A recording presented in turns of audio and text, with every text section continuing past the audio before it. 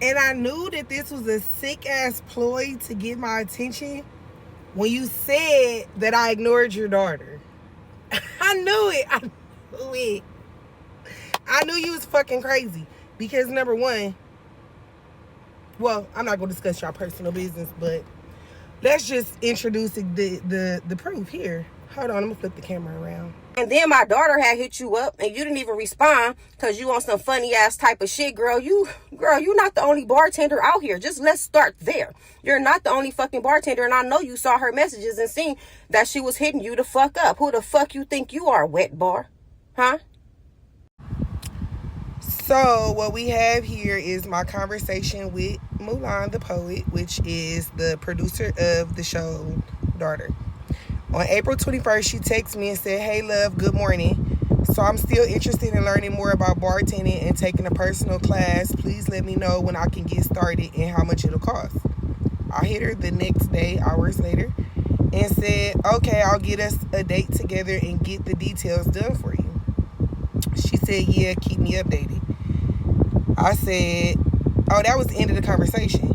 On last week, when I first seen this video, of course I went to this DM because I'm like, damn, I fuck with Moo. I know I didn't leave her hanging. Yeah, I knew I didn't. What'd I say?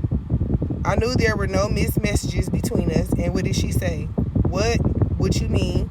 Then she said, oh, never mind, I'll see. And then she clarifies that she says she was waiting on my response.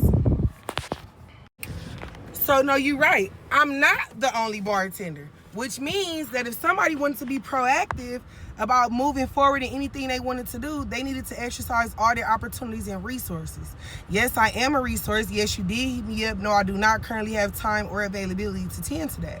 When I do my classes, I announce that I'm doing my classes. I don't just set aside time for any and everybody because I have a big schedule myself, and I'm running the wet bar by myself. Nobody's helping me. Nobody's sponsoring my initiative. So yes, you will have to wait. But I fuck with her. So, you know, I'm pretty sure she understands that. I'm sure that girl did not go and tell you like, oh, Champagne don't want to help me become a bartender.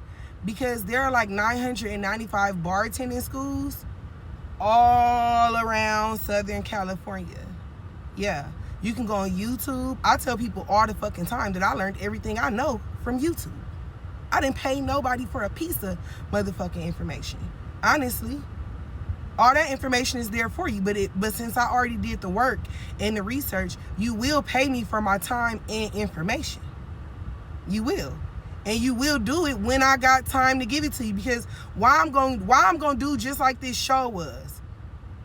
Half-ass put together, half-ass produced, and half-ass carried out. I don't do business like that. So no, you're not gonna get no business from me like that, and you are gonna have to wait if you want to get the service from me.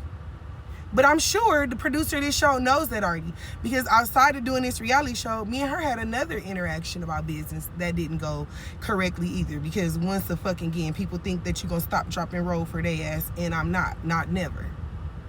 Especially when the bag ain't saying stop, drop, and roll.